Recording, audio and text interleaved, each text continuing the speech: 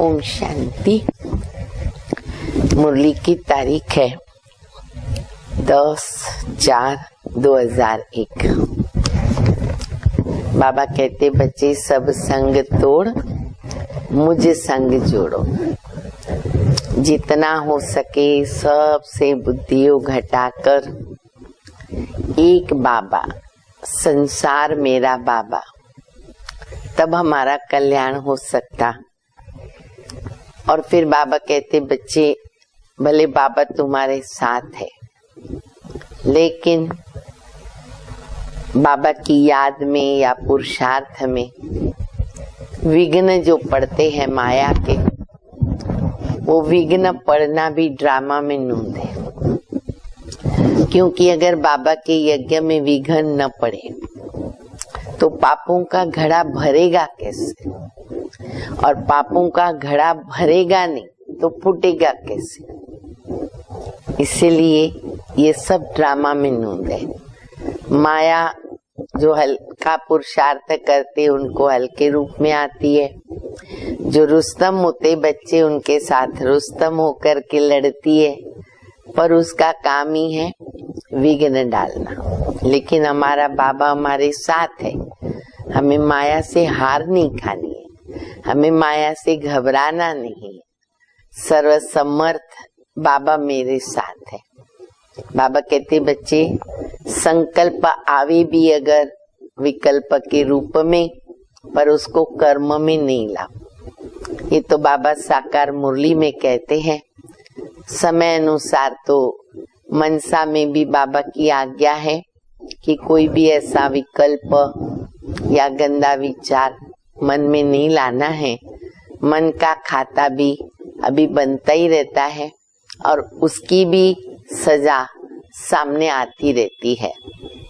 इसीलिए मनसा वाचा कर्मणा हमें शुद्ध पवित्र बनना होगा।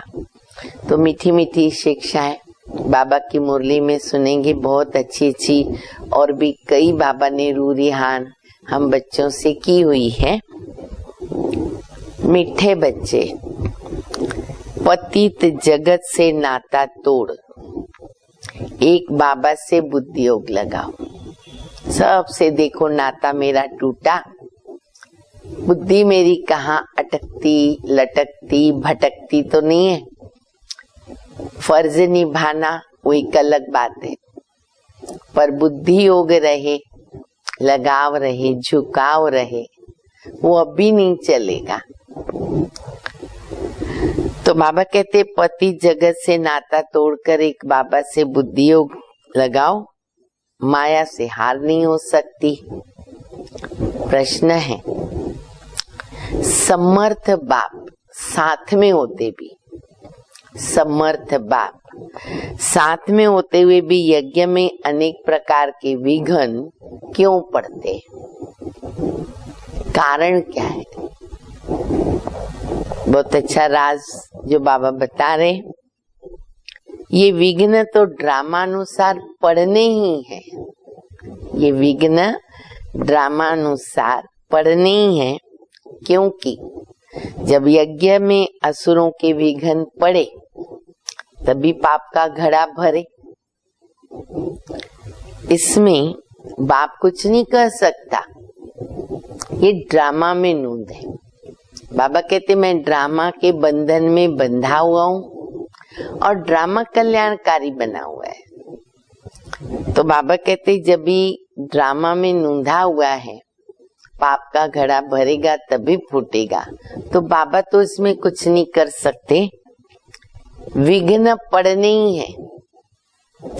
लेकिन विघ्नों से तुम्हें घबराना नहीं है, ये भी बात याद रखे। हमें घबराना नहीं है, विघ्नों से पार करना है। गीत तो सभी ने सुन लिया ना, कौन है माता कौन है पिता, सारा संसार बाबा। ओम शांति। बच्चों ने बेहद के बाप का फरमान सुना। ये जो इस जगत के मम्मा बाबा हैं, ये जो तुम्हारा नाता है देह के साथ है, क्योंकि देह से पहले पहले माता की और फिर पिता की लागत होती है, फिर भाई बंधु आदि होते। लौकिक में ऐसे ही होता है ना, पहले माँ के पेट से बच्चा जन्मता है, पिता से जुड़ता है, फिर भाई बंधु आदि होते हैं। तो बेहद के बाप का कहना है कि इस जगत में तुम्हारे जो माता पिता हैं उनसे बुद्धि का योग तोड़ दो।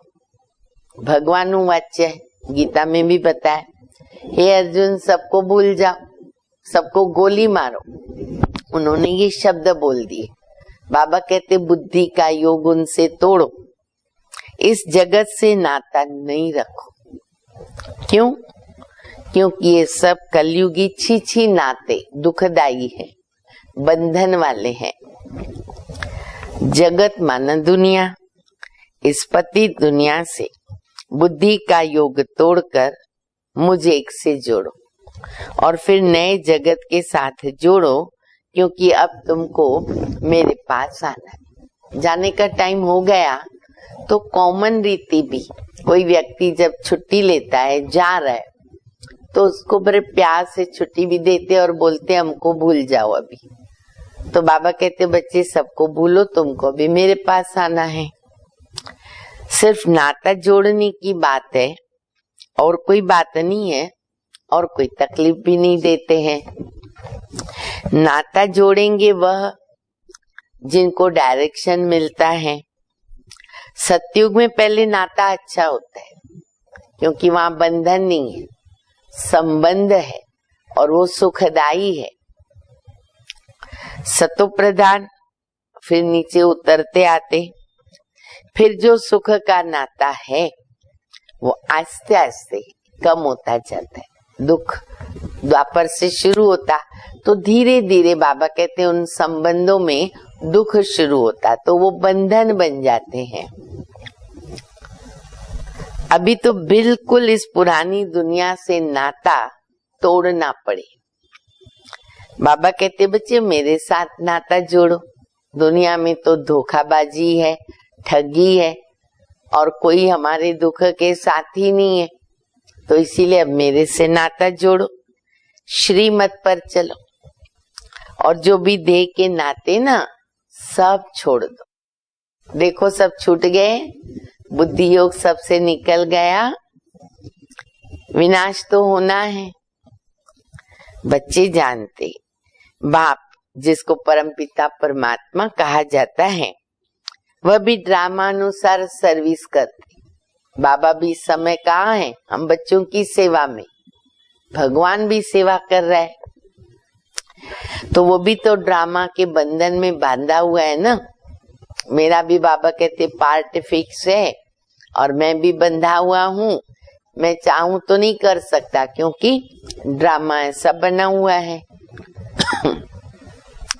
मनुष्य तो समझते कि बस वो सर्वशक्तिमान हैं, जैसे कृष्ण को सर्वशक्तिमान कह दिया और उनको स्वदर्शन चक्र दे दिया, समझते कि उसने गला काटा, एक एक असुरों का गला काटा स्वदर्शन चक्र से, परंतु ये नहीं समझते कि देवताएं हिंसा का काम कैसे करें। अब देवताएं भी गला काट देंगे, तलवार चलाएंगे, ये सब हथियार रखेंगे, तो अहिंसा परमो धर्म कैसे होगा। तो किसकी बुद्धि तो चलती नहीं, वो तो ऐसा नहीं कर सकते हैं। देवताओं के लिए तो कहते अहिंसा परमो धर्म, तो उनमें हिंसा आई कहां से। बस जिसको जो आया बैठ करके लिख दिया, लिखने वाले ने लिख दिया, पढ़ने वाले ने पढ़ लिया, सुनने वाले ने सुन लिया और उसी को मान लेते हैं। कितनी धर्म की ग्लानि हो गई है। बाबा कहते इन शास्त्रों में सच में बिल्कुल आटे में नमक मिसल है, थोड़ी सी एक दो बात ठीक है। ये भी तो लिखा हुआ है कि रुद्र ज्ञान यज्ञ रचा था और उसमें असुरों ने विघ्न डाला, तभी वो स्थूल रूप में बनाते, पर शास्त्रों में क्या बताते, विघ्न कैसे डाला, तो कहेंगे कीचड़ा डाला, क्या क्या भूसा डाला, इधर से उधर से लाके कुछ न कुछ ऐसे वो विघ्न बताते हैं। अबलाओं पर अत्याचार होते थे, वह तो ठीक लिखा हुआ है, वो भी प्रैक्टिकल में विघ्न पड़ रहे। अब तुम समझते हो कि शास्त्रों में सच क्या है और झूठ क्या है। भगवान खुद कहते इस रुद्र यज्ञ में विघ्न पड़ेंगे जरूर, क्योंकि ड्रामा में नूंद है, ये पक्का करो, विघ्न पड़ेंगे जरूर, होना ही है ड्रामा में। ऐसे नहीं कि परमात्मा साथ में है तो विघ्नों को हटा देवे। अगर बाबा को ये करना होता तो विघ्न ही नहीं आता। इसमें बाबा क्या करेगा, ड्रामा में होना ही। और हमारे भी हिसाब किताब होते हैं ना, तो बच्चे सोचते हैं कि भगवान हमारी बीमारी हटा देवे। अब बाबा कहते तुम्हारा अपना हिसाब किताब है, तुमको चुकतू तो करना पड़ेगा, रास्ता मैं बताता हूँ। तो बाबा कहते तो होना ही है, ये सब विघ्न डाले तभी तो पापों का घड़ा भरेगा। बाप समझाते ड्रामा में जो नूंद है ना वही होने वाला है, हमारे सोचने से ड्रामा बदली नहीं होगा, इसलिए उसी को साक्षी होकर के देखना है। असुरों के विघ्न तो जरूर पड़ेंगे।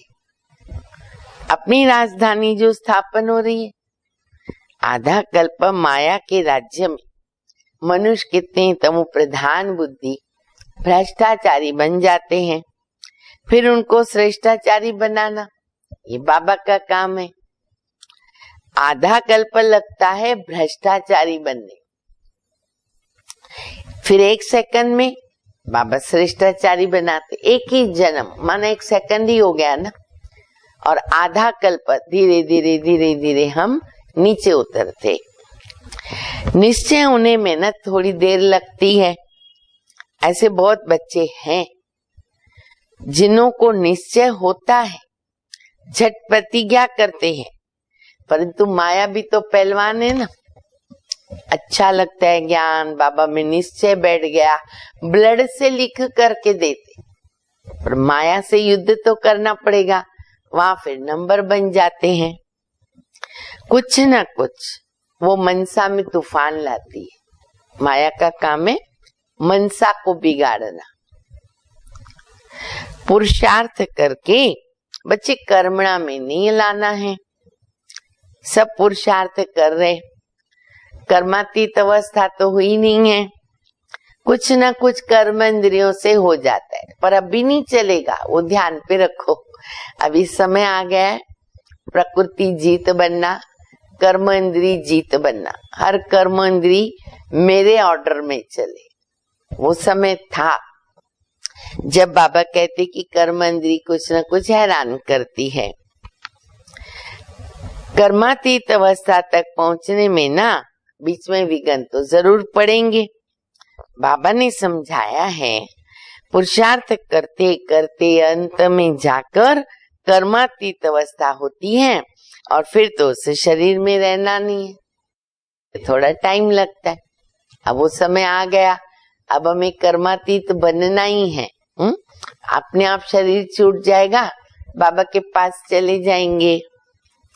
विघ्न तो कुछ ना कुछ पड़ते। माया ऐसी है, अंतिम श्वास तक कोशिश करेगी। जो अंतिम श्वास निकलेगा ना, वो ये कोशिश करती है कि उसमें अंत मते सो गति न हो, बाबा की याद ना आवे। पर हमें अपनी कोशिश में रहना है। कहाँ माया हरा भी देती है, बॉक्सिंग है। चाहते बाबा की याद में रहे, परंतु रह नहीं सकते हैं। थोड़ा बहुत टाइम जो पड़ा है, तो धीरे धीरे वो अवस्था धारण होती है। कोई जन्मते तो राजा नहीं होता। चलो इतना भी बाबा ने आसरा दिया कि जन्मते राजा नहीं होता है, उसको थोड़ा थोड़ा सीखते सीखते परफेक्ट होना है। पर अभी समय पूरा हो गया। छोटा बच्चा धीरे धीरे बड़ा होता है ना, उसमें टाइम जाता है। अब तो बाकी थोड़ा समय रह गया, तो सारा मदार किस पर है? पुरुषार्थ के ऊपर है। हम अटेंशन कितना देते हैं अपने कर्मों के ऊपर। कर्म करने के पहले सोचते हैं कि नहीं कि ये बाबा की श्रीमत अनुकूल है कि नहीं। वो ध्यान देना बहुत जरूरी है। बाबा को याद कितना करते हैं, तो ये पुरुषार्थ है हम बच्चों का। अटेंशन देना है कि हम कैसे भी करके बाबा से वर्षा लेंगे। माया का सामना हम जरूर करेंगे, इसलिए प्रतिज्ञा के ऊपर है। बाबा से प्रतिज्ञा करते हैं ना, माया भी कम नहीं है। बाबा घड़ी घड़ी दोनों बात बता रहे, डरो नहीं, घबराओ नहीं, विजय हमारी है। पर वो विघ्न तो जरूर डालेगी। माया कम नहीं है, हल्के से हल्के रूप में भी आती है और रुस्तम के सामने जोर से भी आती है। दोनों रीति से आती है। ये बातें कोई शास्त्रों में तो नहीं है। तो बाबा कहते मैं तुम बच्चों को अब भी समझाता हूँ। बाबा के द्वारा तुम सदगति को पाते हो, फिर इससे ज्ञान की दरकारी नहीं रहेगी। सतयुग में तो सदगति हुई पड़ी है, जरूरत नहीं ज्ञान का। ज्ञान से सदगति हो जाती है, और सदगति कहा जाता है किसको? स्वर्ग, सतयुग को। तो मीठे मीठे बच्चों को लक्ष्य मिला। ये भी समझते हो कि ड्रामा अनुसार झाड़ बढ़ने में टाइम तो लगता है ना, विघ्न तो पड़ते रहेंगे। एक ही बात बाबा आज पक्की करा रहे, विघ्नों से डरो नहीं। विघ्नों का काम है आना, और आकर के चले जाएंगे। हमको ध्यान ही नहीं देना है। विघ्न तो भी बहुत ही पढ़ते हैं, चेंज होना पड़ता है। कौड़ी से हीरे जैसा बनना है, रात दिन का फर्क है। देवताओं के मंदिर अभी तक बनाते रहते, तुम ब्राह्मण अभी मंदिर नहीं बनाएंगे, क्योंकि वो भक्ति मार्ग है। मंदिर माना भक्ति मार्ग। वैसे बाबा के घर भी मंदिर है, क्योंकि मंदिर माना शुद्धता, पवित्रता। लेकिन दुनिया में जो मंदिर बनाते दर्शन करने के लिए, जड़ मूर्तियों का दर्शन करें। दुनिया को तो ये पता नहीं कि अभी भक्ति मार्ग खत्म हो रहा है और ज्ञान मार्ग जिंदाबाद हो रहा है। ये सिर्फ तुम बच्चों को मालूम है। मनुष्य तो समझते कि कलयुग अभी तक बच्चा है, तो उनका सारा मदार किस पर आ जाता है? भक्ति मार्ग वालों का शास्त्रों के ऊपर, जो उसमें बताया गया। तुम बच्चों को बाप बैठकर सभी वेद शास्त्रों का राज समझाते हैं।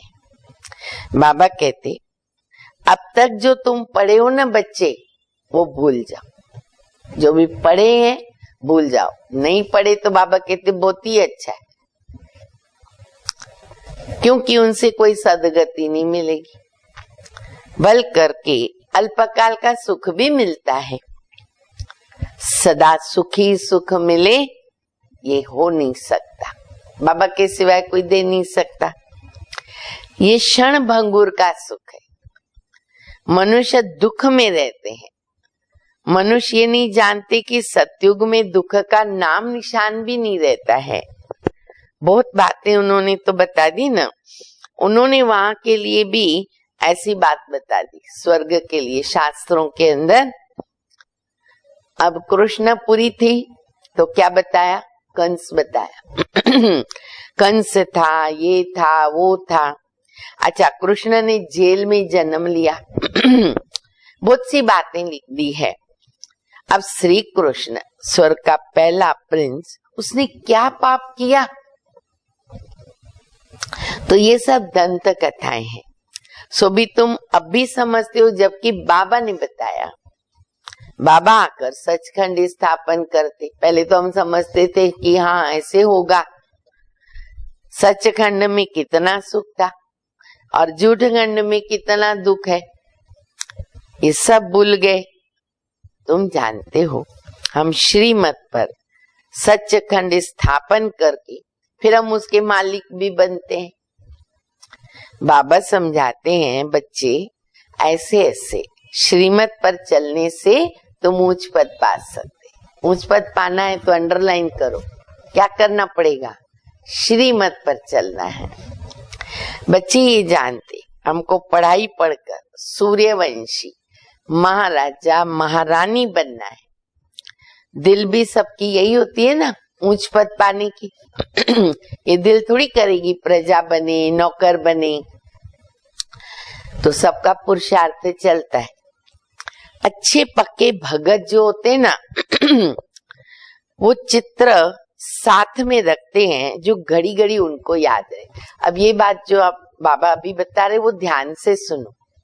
बहुत अच्छी बात बाबा बता रहे हैं कि भक्ति मार्ग में भगत जो अच्छे अच्छे होते, जिनकी बुद्धि में ये रहता है कि हमको हमारे भगवान की, इष्ट देव की याद ज्यादा से ज्यादा रहनी चाहिए, तो वो चित्र अपने साथ रखते ताकि ध्यान जावे और हमको उनकी याद आवे। तो बाबा क्या कहते? बाबा कहते, आज बाबा ने त्रिमूर्ति का चित्र याद किया। बाबा कहते, त्रिमूर्ति का चित्र साथ में रख दो, घड़ी घड़ी याद आएगी, क्योंकि उसमें बाप, वर्षा, कर्तव्य सब कुछ है। बाबा को याद करने से हम सूर्यवंशी घराने में आ जाएंगे। कमरे में त्रिमूर्ति का चित्र लगा हुआ होगा तो घड़ी घड़ी नजर सामने जाएगी। बहुत सी युक्तियां बाबा बताते ना, ये लगाओ घर में, वो लगाओ। कभी बाबा कहते लक्ष्मी नारायण का चित्र जरूर सामने रखो, बार बार देखो, अपना लक्ष्य याद आएगा। त्रिमूर्ति को बाबा आज बता रहे, बच्चे अपने घर में पिक्चर जरूर लगी हुई रहनी चाहिए, बाबा याद आवे। बाबा के द्वारा हम सूर्यवंशी घराने में जाएंगे। अरे सवेरे उठते नजर उस पर जाएगी, बिस्तरे से उठे ध्यान हमारा कहाँ जाए, बाबा और बाबा का वर्षा। ये भी तो एक पुरुषार्थ है। ये पुरुषार्थ की विधि बता रहे बाबा। बाबा राय देते हैं। अच्छे अच्छे भगत होते ना, बहुत पुरुषार्थ करते हैं। आंख खोलने से बस कृष्ण की याद आए तो कृष्ण का चित्र सामने लगा देते। भक्ति मार्ग में भी ऐसे होता है। तो हम तो बाबा के ज्ञान मार्ग वाले बच्चे हैं, तो तुम्हारे लिए तो और भी सहज है। अगर याद सहज नहीं आती है, माया हैरान करती है, तो ये चित्र जो है ना वो मदद करेंगे। अपने घर में कमरे में लगा के रखो। बाबा कहते माया तो आएगी, पर चित्र देखेंगे फिर सावधान हो जाएंगे, मदद मिलेगी ना। शिव बाबा हमको ब्रह्मा के द्वारा विष्णुपुरी का मालिक बनाते, हम बाबा से विश्व का मालिक बन रहे। इस सिमरण में रहने से बहुत मदद मिलेगी। जो बच्चे समझते हैं कि याद घड़ी घड़ी भूल जाती, फरियाद करते ना बाबा हमको आपकी याद भूल जाती है, तो उनको बाबा राय देते, बाबा विधि बताते, राय देते। चित्र सामने रख दो तो बाबा और बाबा का वर्षा याद आएगा। युक्तियां तो रचनी पड़ेगी ना कि बाबा की याद ज्यादा से ज्यादा कितनी कैसे आवे, तो ऐसे याद आएगी। फिर देखो बाबा कितना हम बच्चों को ऊपर तक ले जाते। बच्चे ब्रह्मा को याद नहीं करना ब्रह्मा को याद नहीं करना, सगाई करते दलाल को थोड़ी याद करते। ब्रह्मा दलाल बना तुमको शिव बाबा से मिलाने के लिए। तुम बाबा को अच्छी तरह याद करो तो बाबा भी तुमको याद करेगा। क्यों? मिठरा गुर तक गुरे। जो बच्चे प्यार से बाबा को याद करते, बाबा उनको बच्चों को याद करते हैं। याद से याद मिलती है। अभी माशूक के ऑक्यूपेशन का तुमको पता चला। शिव के कितने ढेर भगत हैं। शिव शिव शिव शिव कहते रहते परंतु वो तो रॉन्ग है। शिव काशी, विश्वनाथ, फिर गंगा कह देते। पानी के किनारे पे जाके बैठते। अब ये नहीं समझते कि ज्ञान का सागर तो बाबा है। बनारस में बहुत फॉरेनर्स आदि जाते देखने के लिए, बड़े बड़े घाट है, फिर भी सभी के बाप का मंदिर तो सभी को जो है ना बाबा का मंदिर खींचता है। फॉरेनर्स भी इंडिया में आते हैं ना, और अलग अलग जो भी स्थान ऐतिहासिक बने हुए हैं उनको देखते हैं, तो बाबा कहते हैं कि मंदिर भी ऐसे खींचते हैं। जैसे बाबा बनारस का मिसाल देते हैं, तो शिव का मंदिर खींचता है। ऐसे ही देवताओं का मंदिर भी होता है ना, वो भी ऐसे खींचता है। तो बाबा कहते बड़े बड़े घाट होते हैं, लेकिन बाबा का मंदिर खींचता है। सब उनके पास जाते। मंदिर तो नहीं जाएगा ना किसके पास, लेकिन मंदिर में देवताओं के मूर्तियों में ताकत कैसी है देखो। लोग खींच के जाते हैं सुख शांति पाने के लिए। मंदिर के देवताएं भी खींचते हैं, शिव बाबा भी खींचते हैं, सब उनके पास जाते हैं। नंबर 1 है शिव बाबा। फिर सेकंड नंबर ये ब्रह्मा, सरस्वती, सो विष्णु, फिर विष्णु सो ब्रह्मा, ब्राह्मण सो विष्णुपुरी के देवता है, विष्णुपुरी के देवता है सो ब्राह्मण। अब तुम्हारा धंधा ये रहा, हम सो देवता बन रहे हैं तो हमको औरों को भी रास्ता बताना है। और सब है जंगल में जाने वाले, जंगल में ही लेके जाते। साधु सन्यासी क्या करेंगे, खुद भी तो जंगल में चले जाते ना। तुम क्या करते हो, कितनी अच्छी पॉइंट बाबा कह रहे हैं, तुम जंगल से उनको निकाल करके ना बगीचे में लेके आते हो। कितना सही रास्ता बताते बाबा के बच्चे। शिव बाबा आकर कांटों को फूल बनाते हैं। तुम भी ये धंधा करते हो तो इन बातों को तुम जानते हो। कोई राजा रानी तो है नहीं जिनको तुम समझाओ। गाया हुआ है कि पांडवों को 3 पैर पृथ्वी भी नहीं मिलती थी। बाप समर्थ है, बाप समर्थ था तो उनको विश्व की बादशाही दे दी। अभी भी तो वही पाठ बजेगा ना। बाप तो गुप्त है, कृष्ण को तो कोई विघ्न नहीं पड़ सकता। अभी बाबा आए हैं, बाप से आकर वर्षा लेना है तो उसके लिए मेहनत तो करनी होती है। दिन प्रतिदिन नई नई पॉइंट्स निकलती रहती हैं। देखने में आता है प्रदर्शनी में समझाने से ना अच्छा प्रभाव पड़ता है। बुद्धि से काम लिया जाता कि प्रदर्शनी से अच्छा प्रभाव पड़ता है या प्रोजेक्टर से। साकार बाबा के समय ये 2 सेवा ज्यादा था, एक प्रोजेक्टर और एक प्रदर्शनी। अब प्रोजेक्टर में क्या होता है, अंधियारे में बैठे रहते हैं ना, लोग देखते हैं, एक व्यक्ति समझाता अभी कौन कैसे देख रहा है किसकी आंख बंद है किसकी खुली है हमको क्या मालूम ना, अंधेरा हो जाता है। पर प्रदर्शनी में एक एक चित्र पर समझाना है तो अच्छी तरह समझा सकते हैं।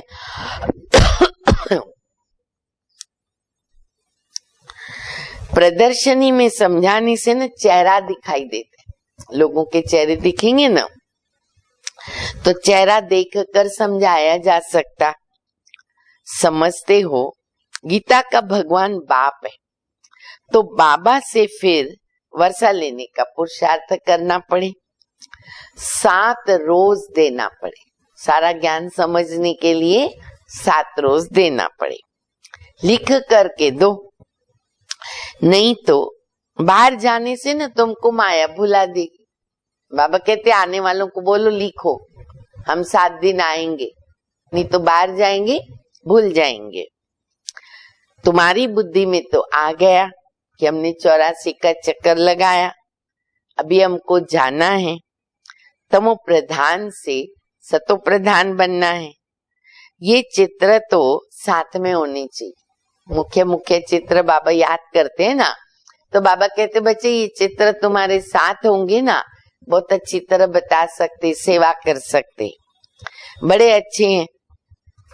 बिरला आदि में भी ये नहीं जानते कि ये लक्ष्मी नारायण ने राज्य कब पाया, कैसे लिया। अब बिरला ने कितने सारे मंदिर बनाए लक्ष्मी नारायण के भारत के, लेकिन उसको ही नहीं पता कि ये लक्ष्मी नारायण कब थे, उन्होंने सतयुग में राज्य किया, उनका बचपन क्या है उसको भी नहीं मालूम है। तुम जानते हो तो तुमको बड़ी खुशी होनी चाहिए। लक्ष्मी नारायण का चित्र लेकर झट कोई को समझाएंगे।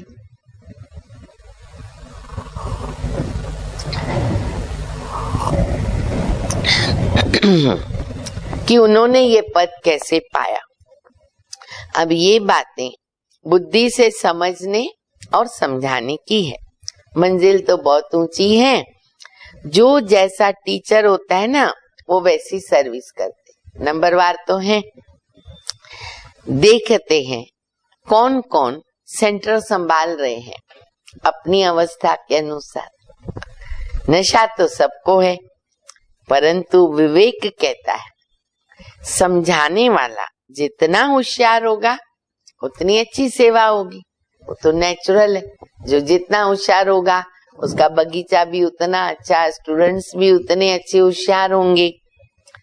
सब तो होशियार नहीं हो सकते, नंबर तो बनेंगे।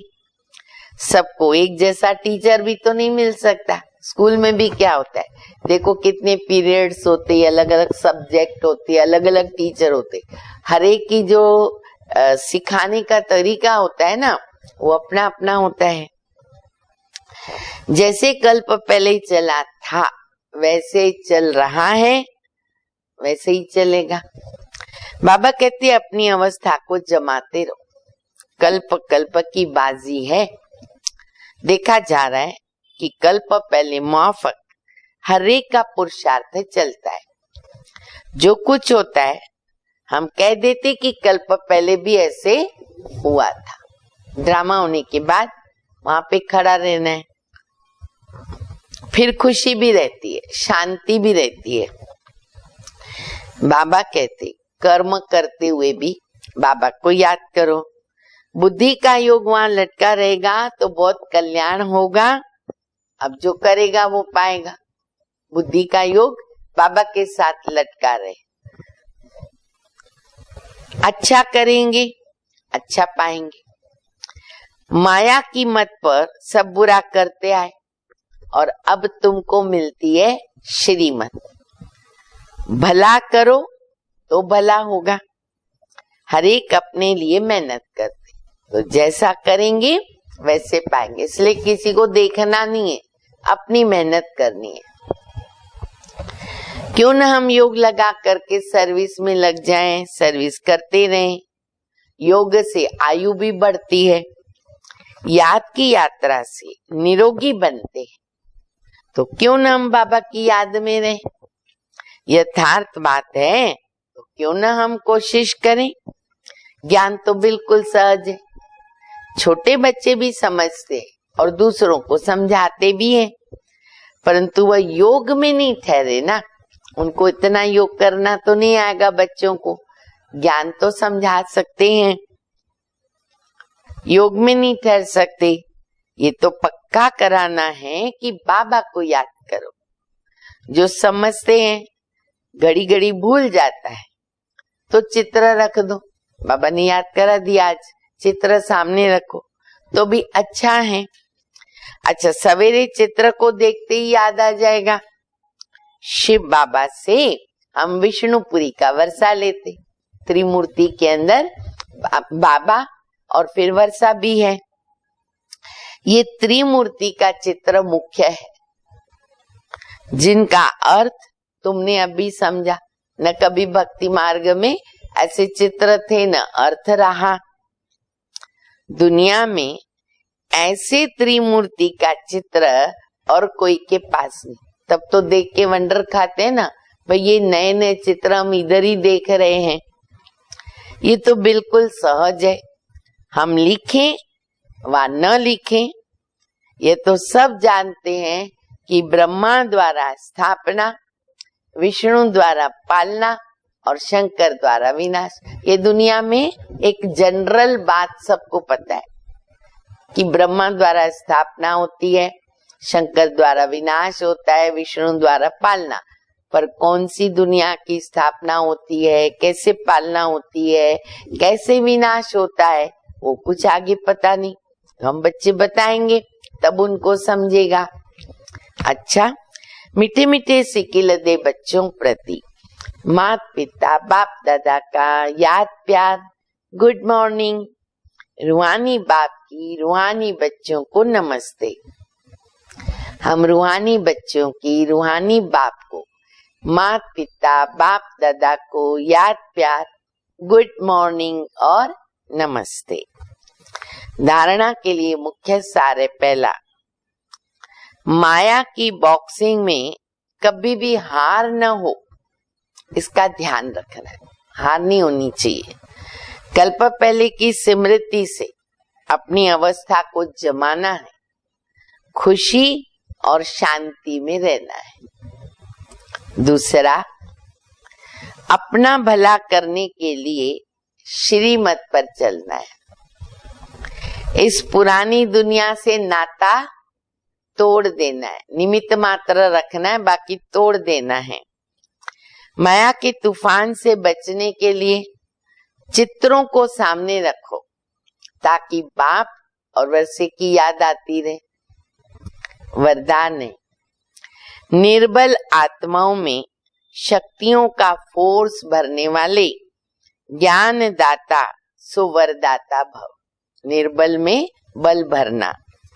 वर्तमान समय निर्बल आत्माओं में इतनी शक्ति नहीं है जो वो जंप दे सके, तो उनको ना एक्स्ट्रा फोर्स चाहिए। तो आप विशेष आत्माओं को स्वयं में विशेष शक्ति भर कर के उन्हें हाई जंप दिलाना, उनमें भी शक्ति हमको भरनी पड़ेगी। उसके लिए ज्ञान दाता के साथ साथ शक्तियों का वरदाता बनो, वरदान दे सको। रचता का प्रभाव रचना पर पड़ता है, इसलिए वरदानी बनकर अपनी रचना को सर्व शक्तियों का वरदान दो। अभी इस सर्विस की आवश्यकता है। अब आगे समय और नाजुक आएगा, तो बाबा कहते ज्ञान देने का भी इतना समय नहीं रहेगा। महादानी और वरदानी ये पार्ट प्ले करना पड़ेगा। तो बाबा कहते खुद के पास स्टॉक होगा हमारे पास तो हम दान भी कर सकेंगे। स्लोगन है, साक्षी होकर हर खेल देखो। कैसे देखना है ये ड्रामा? साक्षी होकर, तो सेफ भी रहेंगे और मजा भी आएगा। ड्रामा कैसे देखते दुनिया में लोग जाते हैं ना, न्यूट्रल होकर के देखते, तो उसका आनंद ले सकते हैं। तो बाबा कहते तुम बच्चों को भी ऐसे साक्षी होकर देखना है तो आनंद ले सकेंगे। अच्छा, ओम शांति।